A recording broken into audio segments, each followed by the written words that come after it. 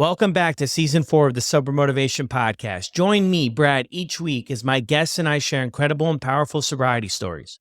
We're here to show sobriety is possible, one story at a time. Let's go. In this episode of the podcast, we have Melissa, who opens up about her upbringing in Appleton, Wisconsin, and how a great childhood led to struggles with alcohol.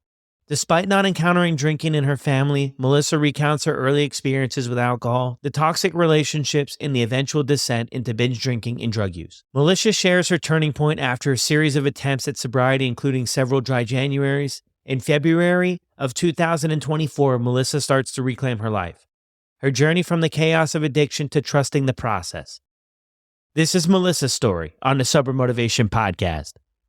How's it going, everyone? Brad here. Welcome back to another episode. Before we jump into it, I just want to drop a quick reminder about an incredible resource that I offer, which is the Sober Motivation community. Right now, we have a 30-day trial that's going to be going away soon. So if you plug into joining us, you get an app, and there's tons of meetings, community connection.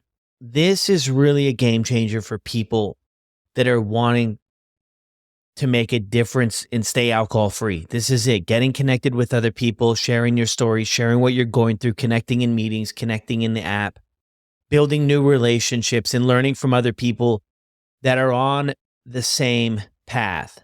It really makes all the difference. So many people I talk to all the time, they just do it on their own. And that might work. It's going to take maybe some stumbling, maybe not. But you can really fast track the process by getting involved with the community. So huge invite to all of you that listen to the podcast. Would love to meet you. A ton of people that are fans of the podcast have joined the community, and it's just really great to be able to connect with everybody. So I'll drop the link to where you can access the 30-day free trial down in the show notes, or you can just send me a message on Instagram too, @SoberMotivation, if you have any questions. Now, let's get to this episode. Welcome back to another episode of the Sober Motivation Podcast. Today we've got Melissa with us. How are you? Hey, I am so good, Brad. Happy to be here and share with you today. Yeah, so glad that we were able to connect and you be interested in coming on here and sharing your story. So what was it like for you growing up? Okay, so my childhood was pretty nice and simple. I was born and raised in Appleton, Wisconsin, which is the best of both worlds. We have a little bit of city, you drive 20 minutes and you're out in the country.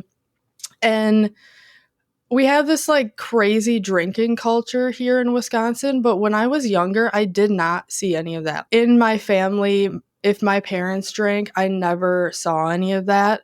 I know that my mom's mom, she did pass away in her 60s of pancreatic cancer. And from what I'm told, she was an alcoholic. And then my mom's dad also struggled with alcoholism, but he did end up getting sober. I've never really heard any of those stories. That's just what I know or what I remember. But yeah, growing up it was nice. I have two brothers. My parents were together and my parents are still together. So nothing like too crazy or traumatic in my childhood. Yeah. Are your brothers older or So I have a younger brother and an older brother. So I'm the middle. Oh, okay. The middle. Hey, I'm finding out a lot in my life with my kids about the middle. But yeah. What are some of your earliest memories like from growing up too? Because it's interesting. I mean, I share a lot of that same story with you too. Growing up, my parents, like they drank, but I never saw it or never saw them. I never really even noticed it or picked up on it till like later in high school. What are some early memories that you have of growing up? Things were pretty good?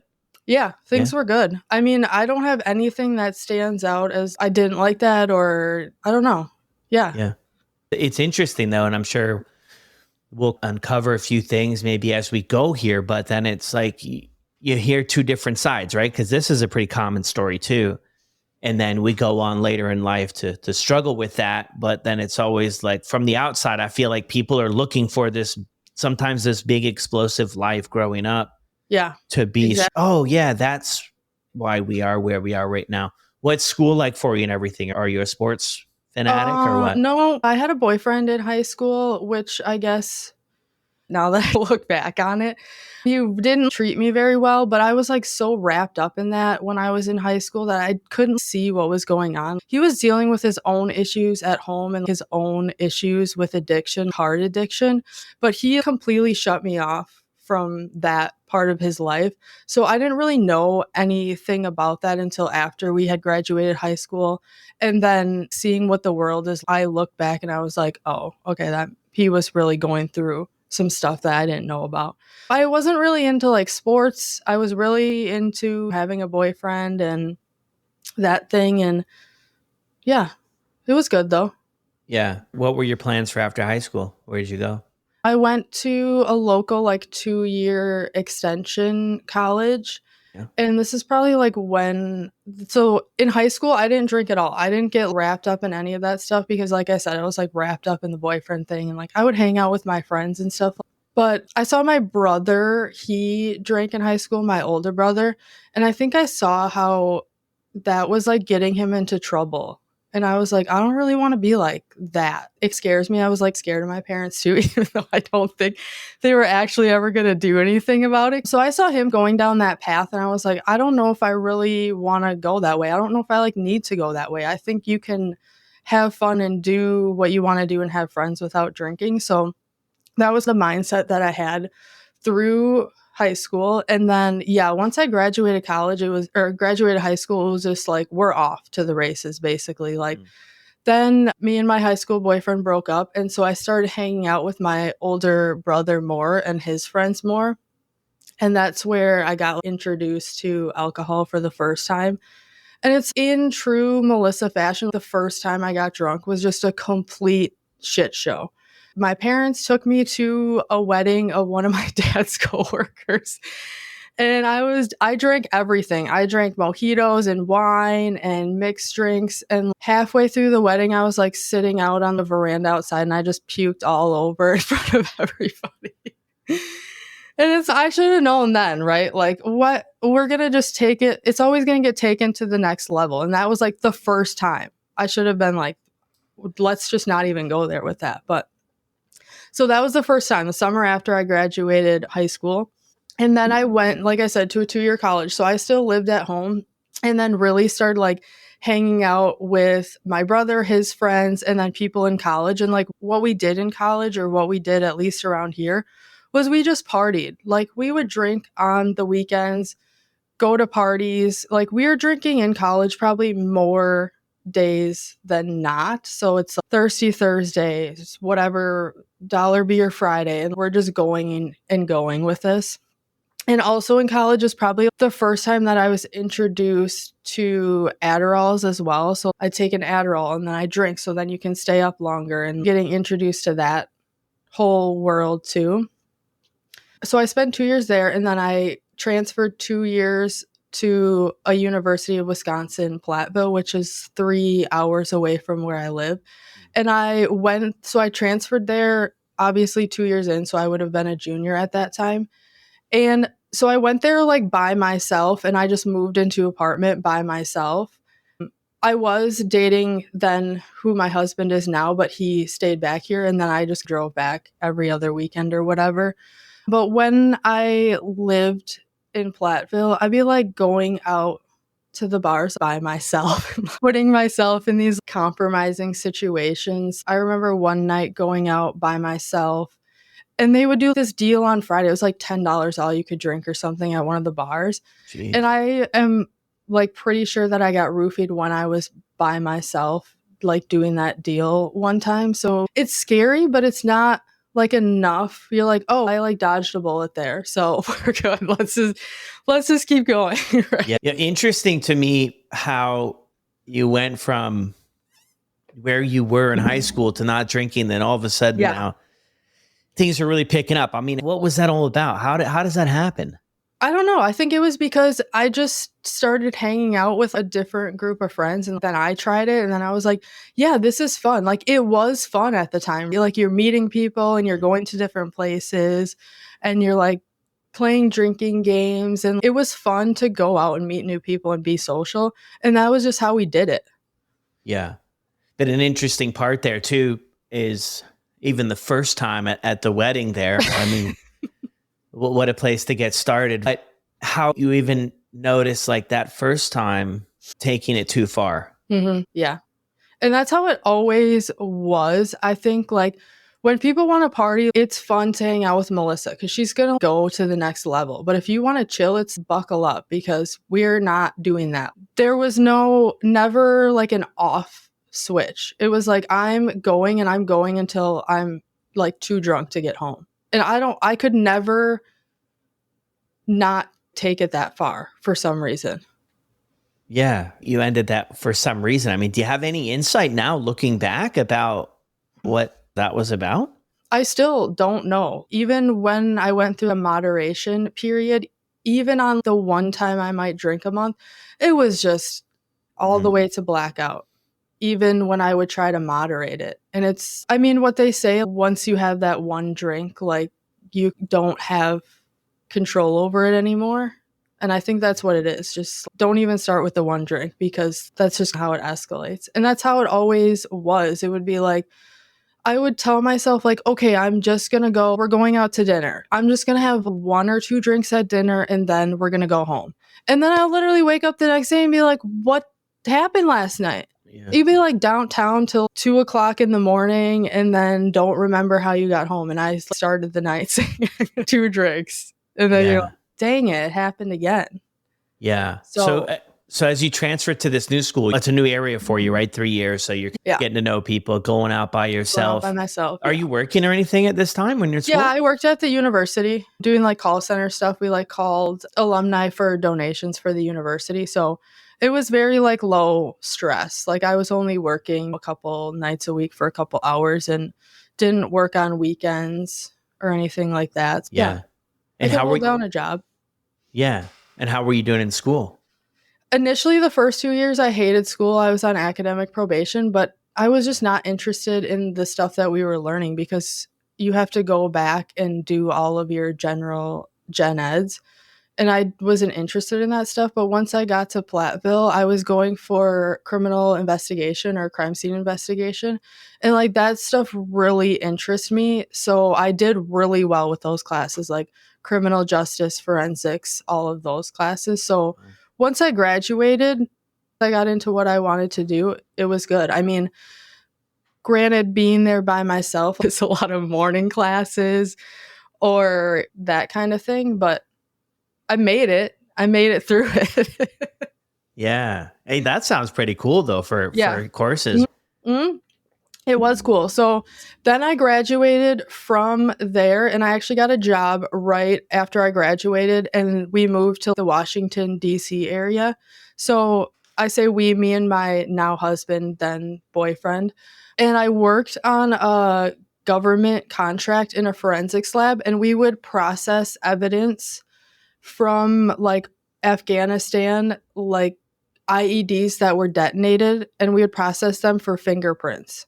So we would get like all of this like cell phones and plastic and tape and stuff, and then we would like forensically process it for fingerprints.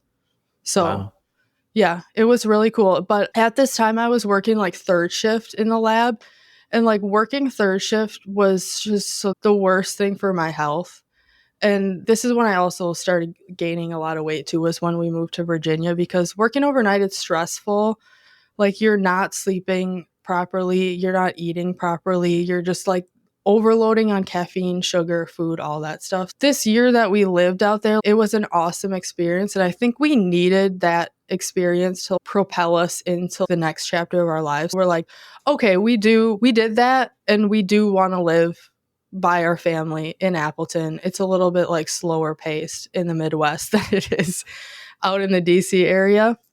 But when we lived in DC, again, this was just like every time we're like just exploring the nightlife and the party life. We would go into the city. So it was like a trek to get into the city. You'd have to drive to the metro station, get on the metro, take an hour metro into the city. And then in DC is like nightclub. So you'd wait outside and then you'd have to pay to get into the club and stuff. And this is like really when I started this like progression of losing my stuff all the time. So I would lose my ID and then we'd be stranded because we can't go into any more bars. And I don't have my ID, and now I can't get into the bar to get my ID. And then I would lose my phone at a bar and then forget about it. And then we'd have to come like all the way back into the city like the next weekend when the club was open to get my phone. So it was just like, it was fun, but it was exhausting too. Yeah. So this stuff is just like escalating. Like now I'm losing all my stuff. I gotta spend all this time to try to like figure out where my stuff is in the morning. And I'm probably minimum 50 minutes from the city too. So that's like a whole thing, trying to get into the city with traffic. So I'm just piling on problems for myself. The drinking is taking up Yeah. a lot of time. Mhm. Was that a little bit of a different scene for you from Yeah. Appleton, nightclubs and all that stuff? Nightclubs, yeah, it was. Yeah, and it was awesome. I mean, it's like cool to experience that stuff if you ever have the opportunity, but it was just like not sustainable. The expense, like I said, the travel to get out there, the expense, and just like the compromising situations again that you put yourself in. We have to take the metro in the middle of the night, like back to where we started. And like the metro sometimes in the DC area is not like super safe at night. There's a lot of homeless people living down in there and stuff like that. I mean, that's just how it is. It's like putting yourself in another compromising situation. You're just in a different city, different place, different town. So going through all of this, though, did you ever wonder, because you must have observed other people around you about maybe how they were drinking or stuff, and be like, ever thinking to yourself, like, why am I ramping this thing up every time? You ever think that or no? I mean, I think I did, but I thought that it was fun, I guess. I didn't think about it at the time, but looking back on it, I think, yeah, I was always like escalating it more than everybody for whatever reason. Yeah. And I thought it was fun, but people around me were honestly probably terrified. They're worried. Yeah, they were worried for you. They were tired of going back to DC to get all your stuff. Get my stuff. Yeah, exactly. Did anyone mention anything to you or no? No. Yeah. No, not really. What about the hangovers and stuff? I mean, are those hitting you hard yet? I mean, the worst. I had got the worst hangovers like from the get-go, which I think should have also been a sign like, why are you doing this to yourself all the time? And I would ask people around me, like, I'd be like so sick. Can somebody take me to the ER? I think I'm dying. Just head, stomach, everything sore. And other people were not feeling that extreme every single time too. But it makes sense now though, because people were probably not escalating it as far as I was every time too. Not It'll drinking be like, as much. Yeah. And I'll ask my husband, he'll tell me a story about the night before or something. I'll be like, how do you always remember everything? Do you never get so drunk that you don't remember anything? And he's no, pretty much never. Yeah. So is that it never added up to me? Added up for me. I'm like, how do you do that though? How do you drink and then just remember everything or not have to go so far? It still doesn't make sense to me why. Yeah. I can't just chill out. I don't know. I know. It's interesting though, because it's something that like a lot of people talk about too, is it's like, even from the beginning, a lot of people identify that things were different in one way or another. Mm-hmm. Maybe people around us and stuff like that. So where do you go from here? So you're in DC. You mentioned you were there for a year. So we spent a year there. Yep. Yeah. The contract that I was on was supposed to last for 5 years, but we finished the work early. So we were all like completely shocked by this. After 1 year, they're like laying us all off. So we had a decision to make. Do we want to stay here and I can try to find something else, maybe in the government contracting field or something like that? Or do we want to go back? And at the time, my husband was just like working in retail, like really struggling to make ends meet, because it's like these are our first full-time jobs and we're like getting dumped into a really expensive city, like really expensive rent. And we're like barely hanging in there as far as like finances are concerned too. So we're like, let's just go back home and regroup. And also at this time, I was like the heaviest that I ever was too. So it's like drinking's escalating, finances are not good. we need to just go home and regroup. So we moved back to Wisconsin. And this was like 2014. And this is when I started my weight loss journey too. I was like, I really want to get this weight off. So I started that whole journey. And that whole journey like prompted me to take a 6-month break from drinking. So this wasn't like, I should probably take a break from this. This was like, I want to get to my goal weight faster. So what can I do to get there? I'm like, checked in with the food. I started like exercising pretty hard, running for the first time ever in my life. I've never done any of this stuff. And I was like, I think if I stop drinking, that's just going to get me there a little bit faster. I didn't have a time frame or anything. Yeah. And I had just moved back, so nobody was really like looking to go out or anything. We hadn't like really reestablished friendships or anything like that. So this was like a good time to just focus on what I wanted to do. And then I got settled in here. I worked a couple jobs, wasn't really like into what I was doing. And in the meantime, I was applying for jobs like with the police departments and with the crime lab and stuff like that. And in Wisconsin, you couldn't do civilian forensics work yet for the police departments in Wisconsin at this time. So you had to be like a sworn police officer and then work your way through that. And it was just not really something that I wanted to do. Like I went through a couple of the processes and I just thought, I don't know. I mean, I don't really want to be like pulling people over, and like I didn't want to go through that part of the career to get where I wanted to go. That was like still looking for a job like on the back burner, looking for something to just make some money. So then I started working at Planet Fitness part-time because I was on this health and fitness journey. This would be like a great transition for me to just get going part-time on something and get some money going. And then I started meeting my coworkers there, and then these people drink, and I was like, all right, yeah, let's go out. And then this is like the wedding thing. The first time that I went back to drinking again after that break was like the worst thing ever. Puked everywhere, worst hangover ever. And again, that should have been a sign of like, why are you doing this? And why do you have to go back so dang hard too after such a long break? At this time though, I like drinking was not even like really in my head. I was like, is this what we do here?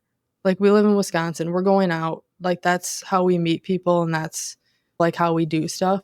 So it was like picking up a little bit. It would be like, okay, I go out like one weekend a month. And then it very quickly picked back up to every single weekend again. And then that from there until maybe my first dry January, I don't remember a weekend that I didn't drink that was 2014, for 7 years. Yeah. Of every single weekend. That was just the thing to do on the weekend. Did you drink at home at all or just drink when you went out? No, I just drank when I went out. So I never drank by myself, and I never like to sit around and drink either. It'd be like, if I'm drinking, we're going to a party, we're going downtown, like we're going somewhere where there's people. So I don't know. I never really sat at home and drank by myself or hid it or anything like that. It was just like to party, basically. And I've had a couple people on from Wisconsin, and I know a few people, and they all share in line with that story, right? Drinking is just a big thing, right? To do in the culture there. So my guess is here too, as you're going through this, you're going out, you're partying for 7 years, I think you said there. Yeah. Like for I'm every looking weekend. at like 2014 till maybe 2020 was the next time I took a little break. So 6 years. Yeah. Yeah. So 6 years, and you get wrapped up in that. And I think what you just described, that pattern of drinking, is just so acceptable, right? You work hard all week, go out on the weekend and just drink. So it's obviously nobody's going to say anything. That's what a lot of people are doing. And it's just a thing that's okay to do. And that stretch of life is to go out on the weekends. How did you feel about it though? I mean, you're working during the week, and then on the weekend, it's now I'm drinking all night, maybe a couple hours of a good time, but then Saturday, probably not feeling good. Sunday morning, I'm just out of it good. completely. Like it would be like whole day shot. Like I need the whole day to recover. Okay. If not, as I got older, like multiple days. But I didn't think about it. I was like, that was so fun last night. So like that, like when I was still young, didn't faze me, or even I didn't even have the idea of not doing that. Never, literally never crossed my mind. I was like, this is just what you deal with the next day. Yeah. That's another layer to it now, is that's just what everybody's doing. Like, just go with Yeah, the and flow. that's like kind of what I told myself for 10 years. And then I was like, do I have to be doing what everybody's doing though? Yeah. If it's not like serving you anymore. And that was the turning point that I was like, maybe I don't have to do this. But so yeah, we go through this whole time. So I was working at Planet, and then I bounced around jobs a little bit. Then I worked in retail for a good bit of time. And I mean, working in retail is awful. This was probably like the most awful 3 years of my life, just complete torture. You're working on weekends, holidays are horrible. And now I don't have off on weekends. So then it's the day that I have off, even if it's a weekday, I'm going and getting drunk on the day off. It's Tuesday. I'm doing my stuff, and then I'm like, I want to get drunk because it's weekend day to me. Like, this is the only day that I have off. So if me and one of my coworkers had off on the same day, we would do this like meatball day where we would go downtown and like day drink and then bop around all day, like in the summer. And yeah, I remember one time me and her went downtown on one of those like weekdays, and we rode our bikes, I think, and then my bike broke, and then she had to carry both of our bikes back home, and then she like delivered me back to my husband, and he's like, "What the hell?" And I was like, fell down, so like my arms probably scraped up, and I was like, that was so fun, but really it was just like torturing yourself all the time, like falling down, getting hurt, having hangovers, like having anxiety, and thinking that it was fun. Yeah. How did you feel like internally about where you were at with all of this? Honestly, I never thought about it. Yeah. What about what about before in 2014 when you started your health and fitness journey? How was that progressing when the drinking came back on? Were you still working on that? It was still going. I was still like always super committed, disciplined, and dedicated to like goals that I had set. But I'd never set a goal around drinking because I was just like, that's just not even, it's not even in question. It's not even going to be an option to be put on the table that we're not going to do that. And I never even thought about it as far as how it's affecting my health or how it's impacting my body. Like, I never thought about it, honestly. I think your brain just shuts it off to protect you. So your ego is like protecting you in those situations. Yeah. From maybe, looking at it and then realizing. And having to like analyze what's really going on and having to make a change. You don't want to do that. Yeah, true. I was talking with somebody the other day, and she asked me this question, and I was like, that's like one of the $1 million questions. And she was like, basically, the long story short is, why am I aware in my life that drinking's a problem, but everybody around me, it doesn't seem to bother them? Mm-hmm. And it was, is this a good thing or is this a bad thing? And it was really interesting to me because I feel like so many of us just wander around, not even really posing that question or not even having that insight or that awareness of ourselves to say, the drinking is not helping us in any way. And I was like, you know what? I think it's a good thing, because I think there are a lot of people that will wander through life and they'll make it to the end and have never really looked at it to say, did I leave anything on the table because I was deciding to drink every weekend or however it is for somebody? So that never popped up for you, maybe until it did. And that's probably why, right? It's your ego is protecting yourself from yourself. Because you would imagine if you do get all the way to the end of your life and you're like, oh my God, I've wasted so much time. But if you never even think about it, then it's not real. You don't have to face it. Yeah. So just to stay away from that in a sense. Yeah, that rings a bell too. It's hard to self-reflect, right? That takes a lot of practice and like realization. And I hadn't developed that yet.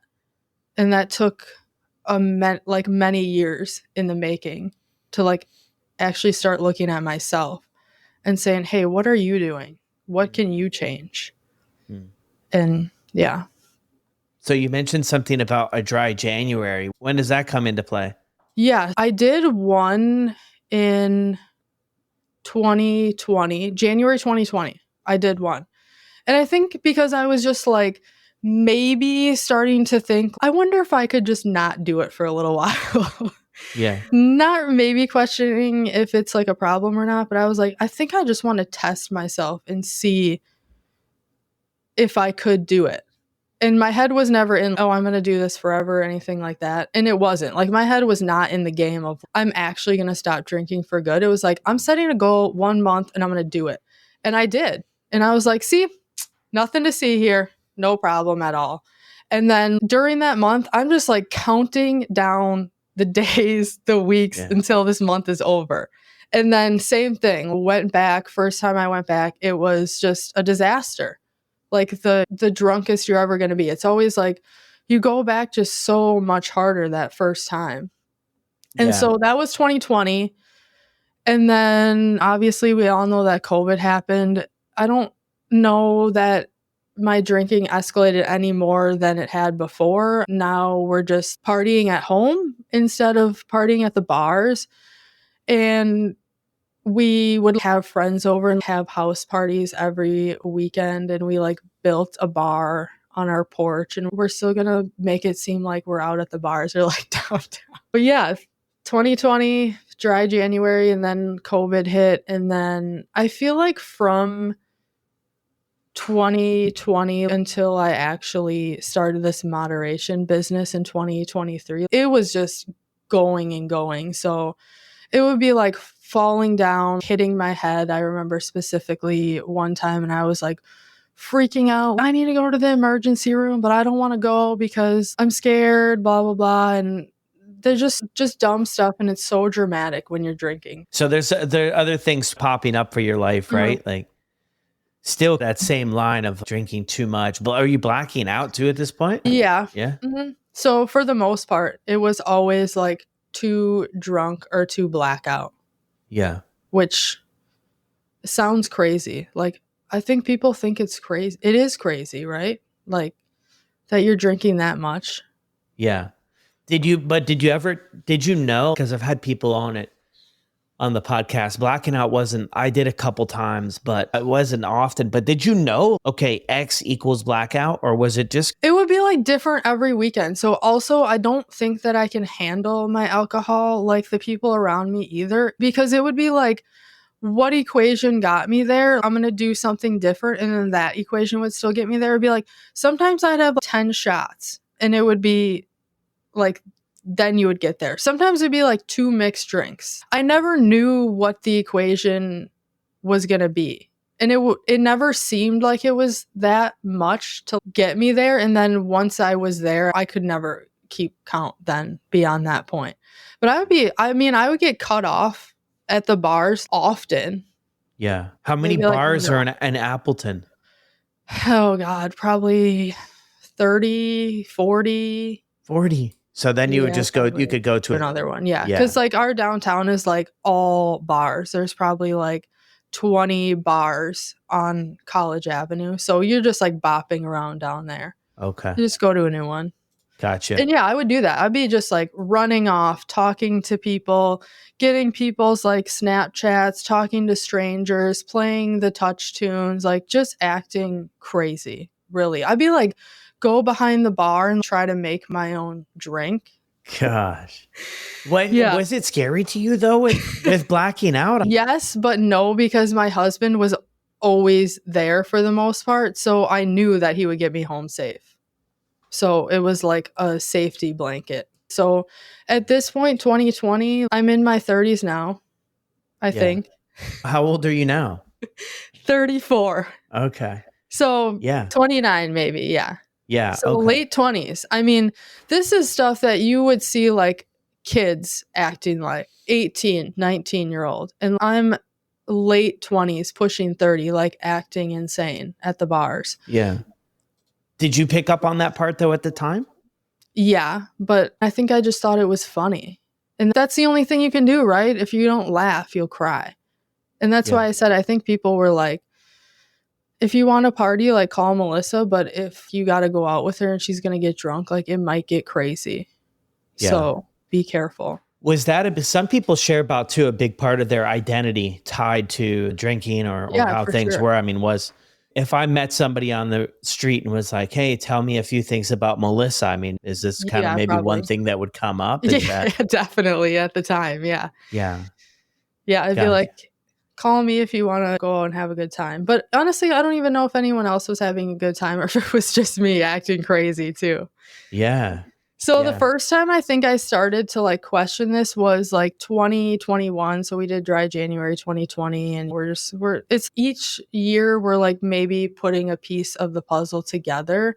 But I asked somebody like out loud if I had a drinking problem. This was like we were at a party or a baby shower or something, and I was drinking there. And one of my brother's friends was there. I don't know if he was a psychiatrist or a psychologist or something like that. And I was like, "Do you think I have a drinking problem?" mm, And I was like trying to like tell him like how much I drink. And then I don't remember what his response was, but I feel like whatever he said, I was like, okay, I'm good. I'm in the clear. Okay, I can still hold down a job and it's not really affecting my life that much. So I'm good. So then I probably didn't think about that again for yeah, a whole nother year. So, like I said, this is all escalating. So then let's like fast forward to 2022, like the next year.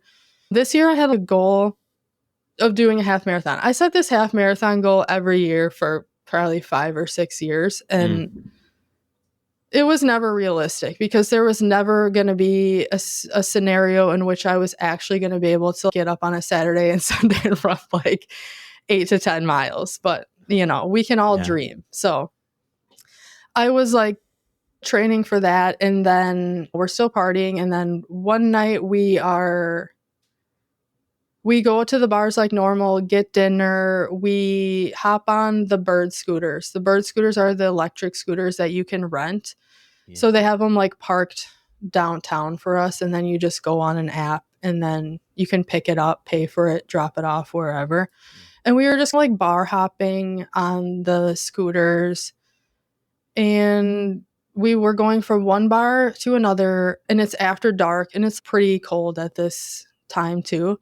And I'm just like, take off, bat out of hell. I mean, they go 15 miles an hour, I think is the max. But I'm like 15 miles an hour taking off to get to the bar. mm, And I was driving it on the sidewalk and there was uneven pavement on the sidewalk that I couldn't see. And I hit it and just crashed that thing and landed on my hip and mm, broke my hip. But at the time, I didn't know what happened. Like, I don't know if you've ever felt pain, like gonna pass out, mm. tunnel vision, can't hear anything, gonna throw up. Like you gotta feel everything at once.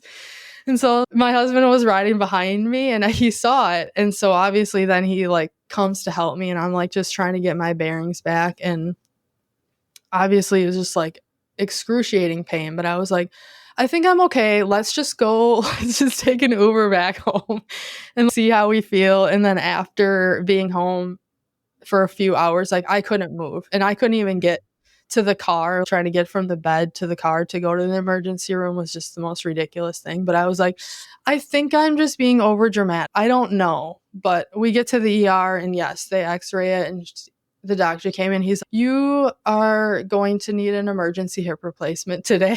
I was like, shut up. Wow. I was like, no. I'm like, I got to go to work on Monday. I can't be like getting emergency surgery right now. This was like a Friday night or whatever. So, yeah, I had to go into surgery. And basically, he's like, you should never run again because you shouldn't be doing that on a hip replacement. So, this all just dawned on me in like the rest of that year. So, this was like April. And I'm like trying to heal, trying to get back into what I was doing. I actually got back into it really quickly. Like I was back in the gym lifting within a couple weeks, like Mm, walking and jogging within a month. I mean, I recovered really fast, but then the news of you're not going to run or you shouldn't run again. I had so many goals wrapped around that I just didn't know how to reframe what my goals were because I'm very goal based in life for feeling like I'm accomplishing something. And so that whole summer was just a YOLO summer, is what I took it at. Instead of taking care of myself and saying, take care of your body and you need to heal and get back into it slowly. No, I'm like full blast into the summer. I need to make up for the 1 month that I was like down and out and healing. And this is like really where it escalated. I would say that I like got wrapped up with maybe like a group of people that didn't really align with what my long-term goals were. And this is when I started like bringing drugs and cocaine into the mix of drinking. And I think it's because I'm always trying to up the ante. So it was like, okay, the alcohol, it's doing it, but it's not getting me to that next level. So then I start bringing cocaine in it to amplify this and do the next crazy thing. Yeah. And it's like, I have dabbled in that stuff in the past, but like this summer was like very regularly doing this. And this was like killing me. I'd be like the worst hangovers in the world, worse than the worst ones that I would have from like just drinking, like completely out of it for like multiple days.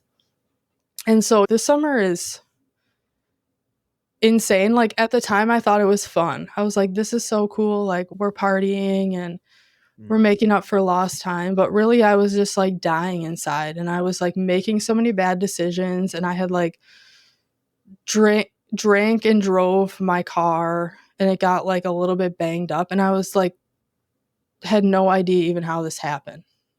And I was just getting so much anxiety from everything that I was doing at this time too. Like I would wake up with so much anxiety of who did I talk to? Did I get somebody's like phone number or Snapchat that I don't know? Or what's on my Snapchat story? I have to delete all of this, delete that, delete all the messages. And it's just escalating. So this summer's crazy. And then this Christmas is like when I feel like it escalated to the worst point of when I just got like really drunk at Christmas. I loved holidays and I just used it as an excuse to drink. And that's just how our family was too. My brothers drank and my parents drank. I mean, no one really took it to the same level as me, but yeah, this Christmas I just acted crazy. I was like playing music, running around in the basement, running around with my nieces and nephews. And then my dad was like, I guess telling me like, you need to calm down, you need to go home. And I was like, okay, I'm going to drive home. And I was flipping him off, I guess, just, yeah. And then of course you wake up the next day and you're like, what the hell did I do and say? Yeah. That was like the top of the, the bad decisions. That was what, Christmas of 23? No, Christmas of 22. Christmas of 22. So yeah. Interesting, back to where the doctor, I thought for sure the doctor said you're never going to run again. I thought for sure the doctor was going to tell you never need to drink again. Yeah, no. Nothing. And at the time I like convinced myself that I wasn't that drunk. Like I had been more drunk at other times, so I didn't relate it to the drinking. But then once I gave it up, I look back on that situation, I was like, I would have never even been in that situation had I not been drinking. I would have never been on the scooter. We would have never been going to the bar. So it's even if you weren't drunk, it still wouldn't have happened if you weren't drinking. Yeah. Well, it's so, yeah, I mean, and that's a good point there too. And you could probably look back at your life, just hearing a little bit of it here, when things went south in your life. Obviously, life is always happening. But when I look back at my life and from hearing your story, you could probably relate to this. When things went south in my life, I was drinking or somebody else was drinking. When I wasn't, things were all right. Of course, life happened and there was stuff, but it wasn't to the level of when things went south because of me drinking or other people around me drinking. Right. That was always the chaos in my life. Yeah. But I was like, I don't know if addicted is the right word, but I loved the chaos. I loved the noise, because the more noise around me, the more I was drinking, the less I had to live with myself, live with who I was about I had all these hopes and dreams in life and everything else. And this is where I was. Like I can relate to a lot earlier in my life, but relate to your story, right? We're hitting the bars where I'm sneaking off to the bathroom doing cocaine and Yes. spending all my money. You know what I mean? Just thinking about always having the conversation with my parents about being short on rent, being this and where's all your money going? I know where it's all going. I'm just blowing all this money I'm making, blowing everything out of the water. And I think in my life, I wanted to fit in so bad. I just didn't care about how much I sacrificed of my own personal beliefs or values or goals or where I wanted to go in life. All that stuff seemed to come backseat to me just going out. When I would go into a bar and you just see, I would just light up like a Christmas tree. I was like, you know what? Everything in my life that's really heavy right now is just left at the door here. And I just knew that there was going to be that escape from myself and all the insecurities and everything in life that I've come up short with up into this point where I didn't feel like I was good enough. When I walked into that bar and I felt the vibe, I was like, I'm home. Yeah, definitely. And you think those people are your friends too. Like you want to hang out with these people because they give you like that feeling of fitting in or you have a place to go, but it's not real.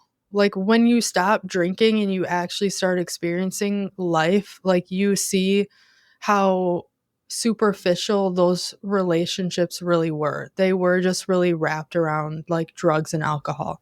Oh, 100%. Yeah. Try to do anything else with those friends and it'll be the most uncomfortably weird thing, Yeah, that I've ever exactly. done. Yeah. That I've ever done. We weren't drinking. I was like, It's like you uh, see him out in a regular grocery store and it like feels awkward. yeah, it was so strange. I was like, yeah, that we really, We need to get a drink here. yeah, I was like, we really have nothing in common. So after the Christmas, Yeah. what happens like internally after that? Because you said that's like the peak of the escalation. I Yeah. mean, I what do feel you like realize?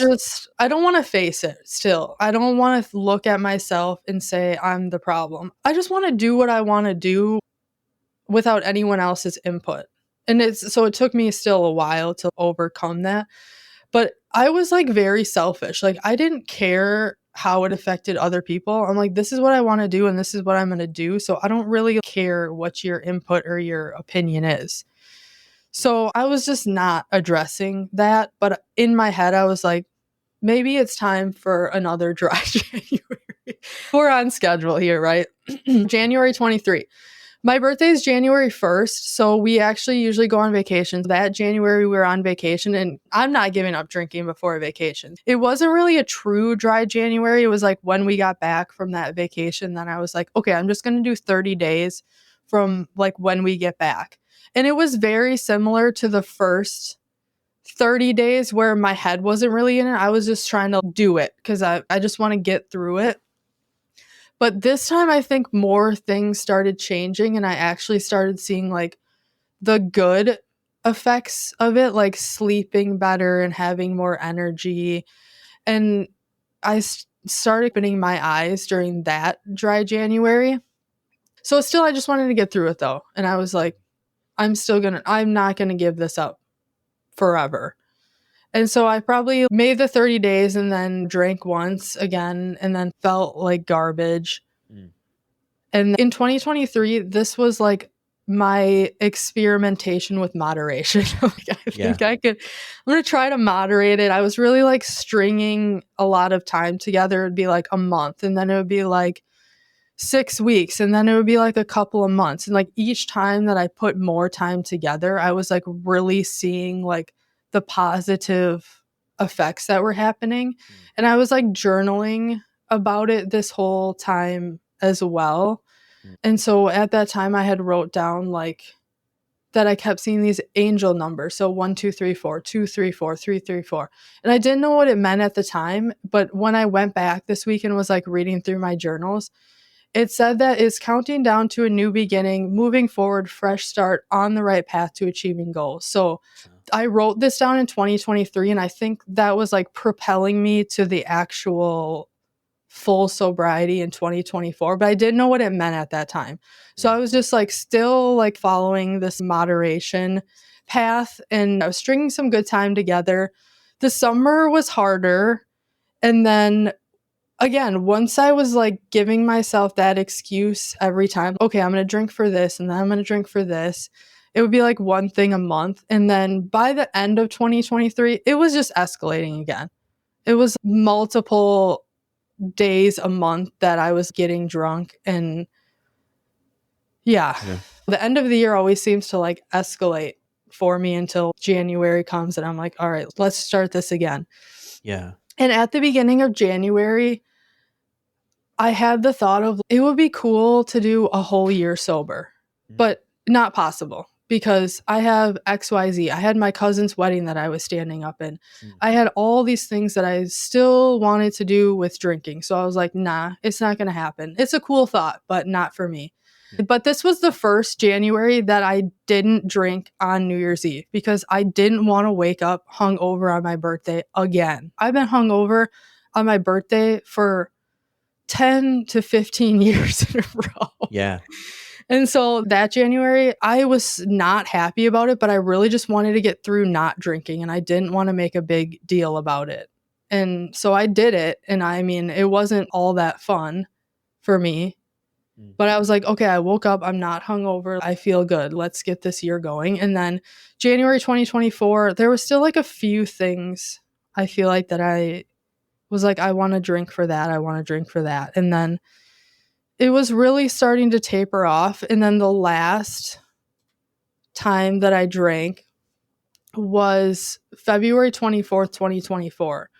So I don't know. I've grappled with this date, like looking up like what day people pick. This is just the last day that I actually had a drink. And I didn't even count days when I started, like initially started doing it because I didn't actually think it was going to amount to anything.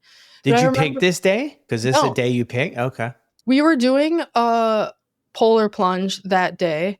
And that was like one of the things that I had on my bucket list for that year. And at this point, I'm just over the drinking because I'm seeing like how negatively it's affecting me more than positively. But it's like really still in the culture and it's like in everything we do. So this day I was like, I like declined having any like shots or drinks before and I just really didn't want to go out and celebrate. Like I just wanted to have the moment. Like I wanted to experience like what I had wanted to do.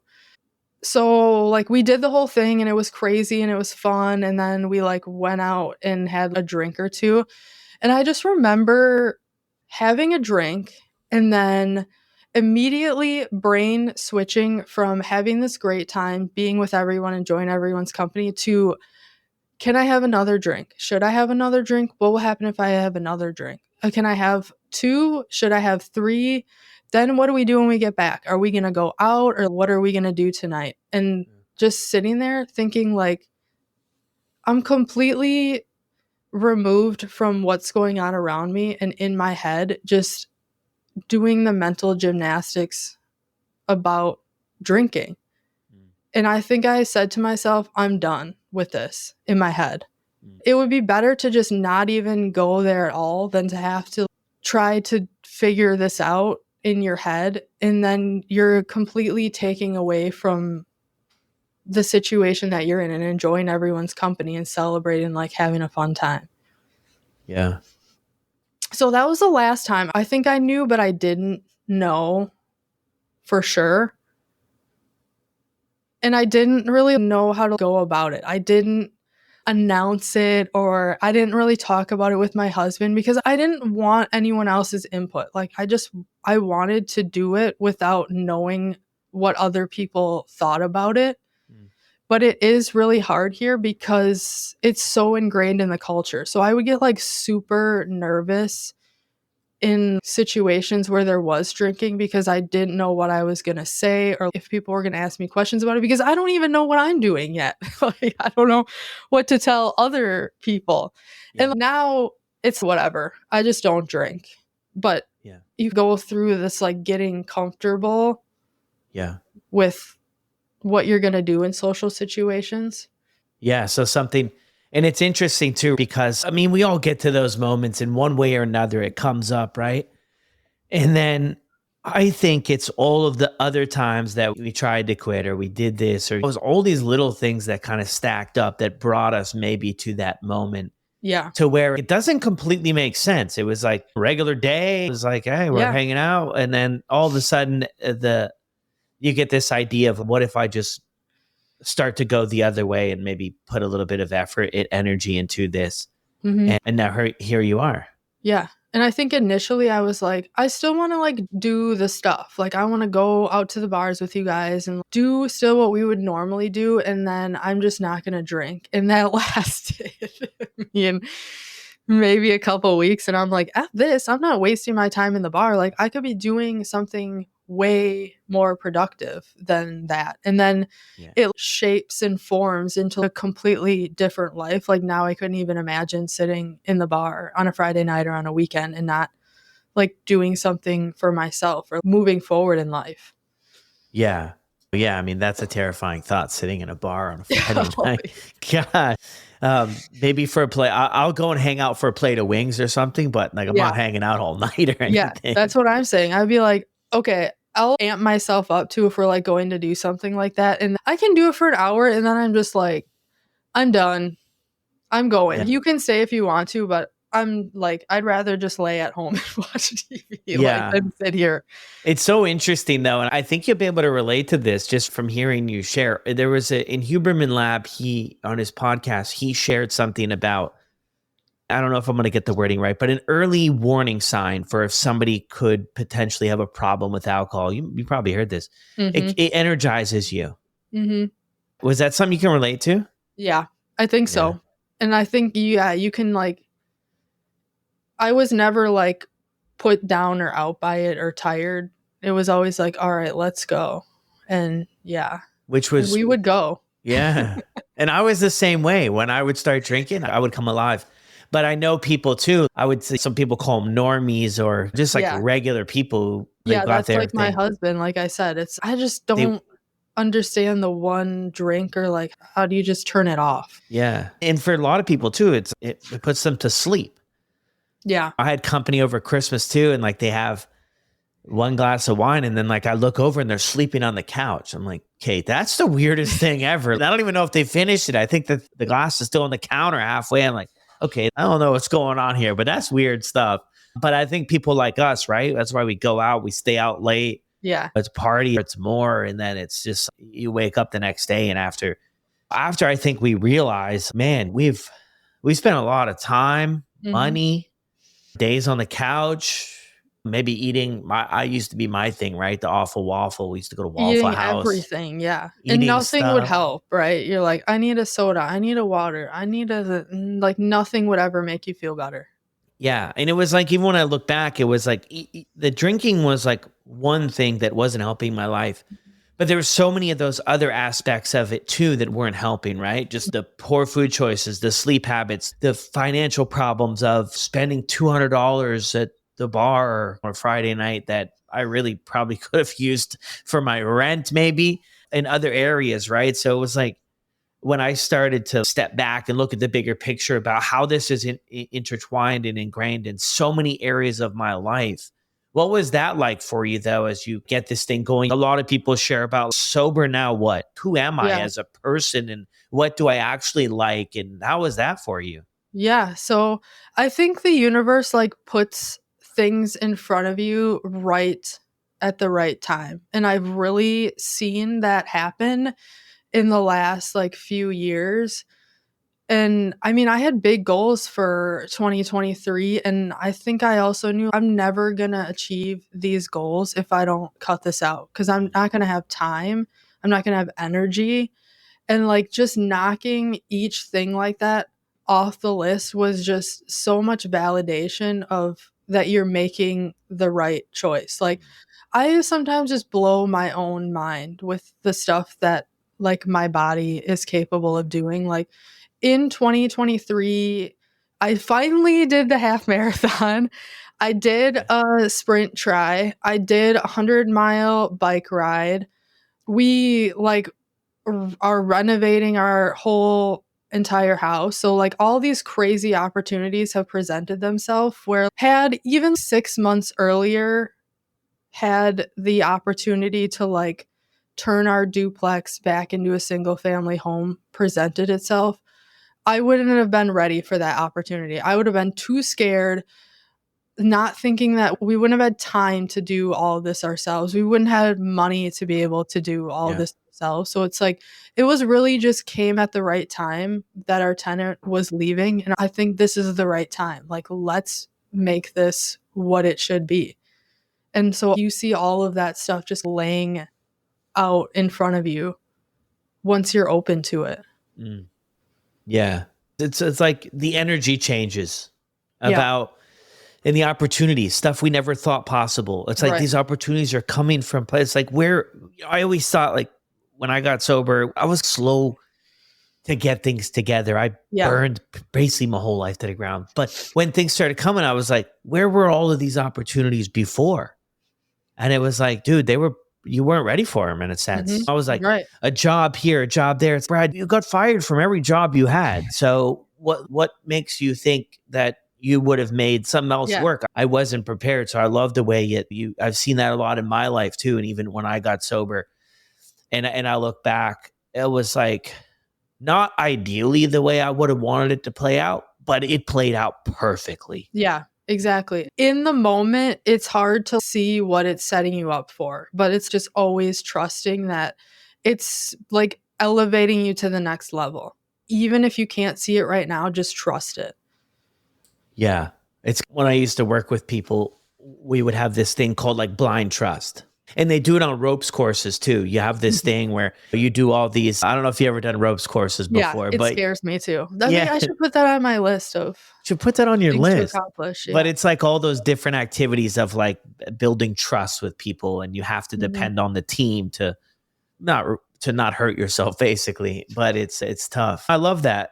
What would you say to somebody who's struggling with getting or staying sober too? What helped you the most? I think I would say just trust the process. Like sometimes or a lot of times it's going to be uncomfortable. Sometimes it's going to be amazing, but change literally doesn't happen overnight. It takes time. It takes a lot of time. So just trust that like growth is always happening, even if you can't see it in that exact moment. Yeah, I love that. It's like I say all the time, right? If I look in the mirror, I can't see my hair grow every day. But if I look back a year later, I'm like, oh, wow, I got a little bit of hair on top of my head there. Yeah. So like when you're in it, in the thick of it, it's gonna be hard and uncomfortable, but just know that you like will come out of it and you'll be able to look back and say, okay, this was like setting me up for the bigger picture here. Yeah. And that's true. I mean, it's going to be uncomfortable going into situations. And now you might have to look at making new friends and what else do I like to do for fun? And how am I going to shift my identity from somebody as like the party person? But I see that in your life now, just getting to know you a little bit. And I don't know you a ton, but you've brought that sort of passion I think maybe you had for drinking. It's not where you want it to be, but I think you've brought that sort of elevation to the life you have now too, right? Well, what can I tap into on in this direction?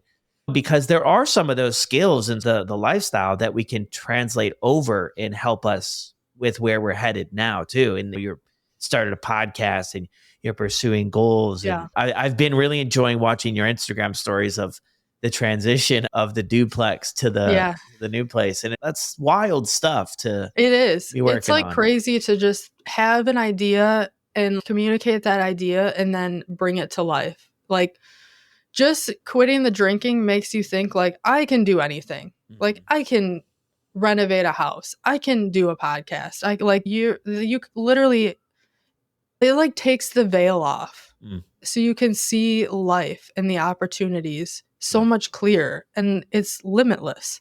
Yeah.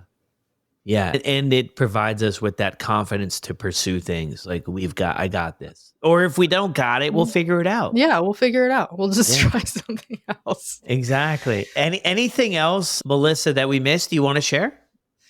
I feel like just trust the process, right? Like it's tough, but you'll get there. Yeah. Interesting on that too. One last question for you. When did you find on your journey that you were trusting the process so that you were able to?